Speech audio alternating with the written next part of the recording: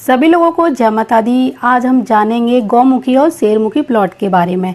वैसे तो आप जानते ही होंगे कौन से गौमुखी होते हैं, कौन से शेरमुखी, लेकिन आप में से काफ़ी लोग ऐसे हैं जो नहीं जानते होंगे कि सभी गौमुखी या शेरमुखी प्लॉट अच्छे नहीं होते। गौमुखी और शेरमुखी जो प्लॉट होते हैं इनके शेप भी बहुत अलग अलग होते हैं, यानी इनकी जो बहुत शेप्स आप यहाँ देख सकते हैं ये अलग अलग तरह के हो सकते हैं। तो इनकी पहचान क्या है, इनको कैसे पहचानें और कौन से अच्छे होते हैं, कौन से अच्छे नहीं होते, और जब अगर वो नहीं अच्छे होते तो उनको किस तरह से अच्छा किया जा सकता है, ये सभी चीज़ें हम जानेंगे। तो यहाँ पर जैसे ये वाला प्लॉट है गौमुखी है और ये प्लॉट है हमारा शेरमुखी। अब इसकी पहचान क्या है, ये वाला आप हिस्सा देख रहे हो ये यहाँ से पतला है और पीछे की तरफ थोड़ा सा चौड़ाई लिए हुए है, तो ये हो जाता है गौमुखी।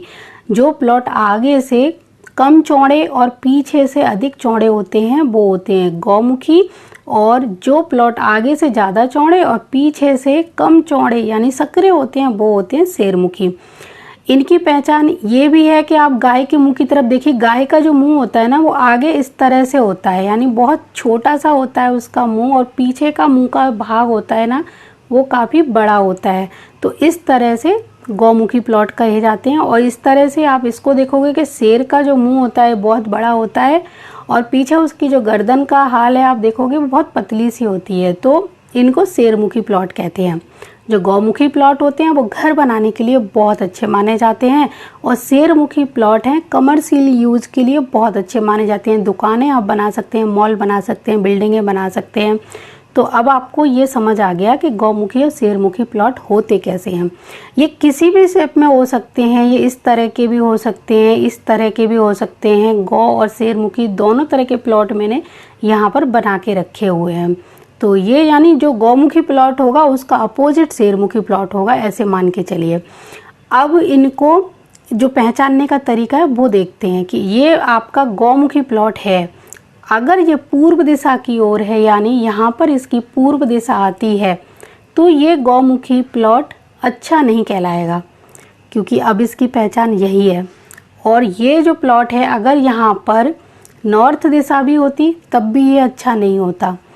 अगर यहाँ साउथ दिशा होती तो ये बहुत अच्छा होता, यहाँ पर वेस्ट यानी पश्चिम दिशा होती तब भी ये अच्छा होता। तो आपको कैसे समझना है, गौमुखी प्लॉट अगर पूर्व दिशा में या फिर उत्तर दिशा में है तो वो अच्छा नहीं है। वही गौमुखी प्लॉट अगर दक्षिण या फिर पश्चिम दिशा में है तो वो बहुत अच्छा है। क्योंकि इसका जो रीज़न है वो देखिए, अगर ये गौमुखी प्लॉट ईस्ट फेसिंग है तो यहाँ पर हमारी जो ईस्ट दिशा है वो बहुत छोटी हो जाती है, यानी ये हिस्सा कितना छोटा हो गया। और ये पीछे आप वायव्य कोण से नैऋत्य कोण तक का भाग देखोगे ये काफ़ी बढ़ गया, तो ये अच्छे नहीं माने जाएंगे। जब गौमुखी प्लॉट हो और वो ईस्ट फेसिंग हो तब बिल्कुल अच्छा नहीं होता। अगर ये नॉर्थ में होता है तब भी आप देखोगे यहाँ पर साउथ डायरेक्शन वाला जो एरिया है नैऋत्य वाला, ये सब अग्नि तक बहुत ज़्यादा बढ़ जाता है, तो ये भी अच्छा नहीं माना जाएगा। क्योंकि वास्तु के अनुसार उत्तर और पूर्व दिशा का बढ़ा हुआ होना अच्छा होता है, बाकी किसी भी दिशा का बढ़ा हुआ होना अच्छा नहीं होता। तो आपका जो भी गौमुखी प्लॉट हो अगर इस तरह का है, वो उत्तर या पूर्व दिशा में है तो वो अच्छा नहीं है। इस पर आप अगर घर बनाएं तो कैसे बनाएंगे वो मैं बाद में बताऊंगी। अगर आप लेने जा रहे हैं तो पहले इस तरह का प्लॉट ना लें। अब जैसे शेरमुखी जो प्लॉट है, अगर ये शेरमुखी प्लॉट दक्षिण दिशा या फिर पश्चिम दिशा की तरफ है तो ये हमारे लिए बिल्कुल भी अच्छा नहीं माना जाएगा। धन हानि वगैरह बहुत ज़्यादा देगा इस तरह का प्लॉट, अगर हम कमर्शियल यूज़ के लिए भी इसको यूज़ कर रहे हैं। क्योंकि हमारी जो उत्तर पूर्व दिशा है जहाँ से हेल्थ वेल्थ सब कुछ आता है, वो दिशा ही यहाँ पर इतनी कम पड़ गई तो हमें इन प्लॉटों पर कुछ भी बनाने का कोई भी लाभ नहीं होगा। अगर यही हमारा शेरमुखी प्लॉट जैसे कि इसके गौमुखी प्लॉट के अपोजिट में यहाँ पे ईस्ट या नॉर्थ में आता है तो ये प्लॉट बहुत अच्छा कहलाएगा। क्योंकि अगर यहाँ पे ईस्ट आता है तब भी हमारा ये एरिया बढ़ गया, यहाँ पे नॉर्थ आता है तब भी हमारा ये एरिया बढ़ा हुआ मिला है, तो ये बहुत अच्छा कहलाएगा। तो आपको बस ये चीज़ें समझनी है। इसी तरह से आपको ये वाला प्लॉट देखना है। ये प्लॉट देखने के बाद में आप देख सकते हो कि ये इस तरह की शेप लिए हुए है और ये किस डायरेक्शन में हो सकता है। तो ऐसे आपको पहचानने हैं अपने गौमुखी और शेरमुखी प्लॉट को। तो थोड़ा सा और देखते हैं। तो अब देखिए, हमने ये वाला जो प्लॉट है इसको देखना है। ये प्लॉट अगर ईस्ट फेसिंग है और ये प्लॉट कौन सा है, शेरमुखी है, तो ये ईस्ट फेसिंग वाला शेरमुखी प्लॉट बहुत अच्छा है। यहाँ पर आप कुछ भी जो भी कमर्शियल यूज़ के लिए बनाना चाहते हैं बना सकते हैं। अब आपको पहचानना समझ आ गया, क्योंकि ये वाला हमारा फ्रंट का भाग ज़्यादा चौड़ा है जैसे कि ये वाला, तो ये हमारा शेरमुखी कहलाएगा। अब इस तरह से ही आपका ये वाला जो प्लॉट है ये नॉर्थ की फेसिंग में है और ये आप गौमुखी प्लॉट देखेंगे तो ये गौमुखी प्लॉट यहाँ पर अच्छा नहीं होगा। इसी तरह हमारा ये वाला गौमुखी प्लॉट है ईस्ट फेसिंग में आता है तो बिल्कुल भी अच्छा नहीं है, क्योंकि यहाँ पर आप देख सकते हो ये एरिया छोटा है। इसी तरह से हमारा ये वाला जो प्लॉट है ये और इसका ये एरिया यहाँ पर बढ़ गया, यानी यहाँ पर क्या आएगा, यहाँ पर आएगा ईशान कोण। तो ईशान कोण हमारा बढ़ गया तो ये प्लॉट हमारा अच्छा हो गया। इसी तरह से ये जो प्लॉट है ये किसी भी शेप में हो सकता है। अगर ये यहाँ पर ईशान कोण इसका उत्तरी या पूर्वी एरिया का बढ़ रहा है तो ये बहुत अच्छा कहलाएगा।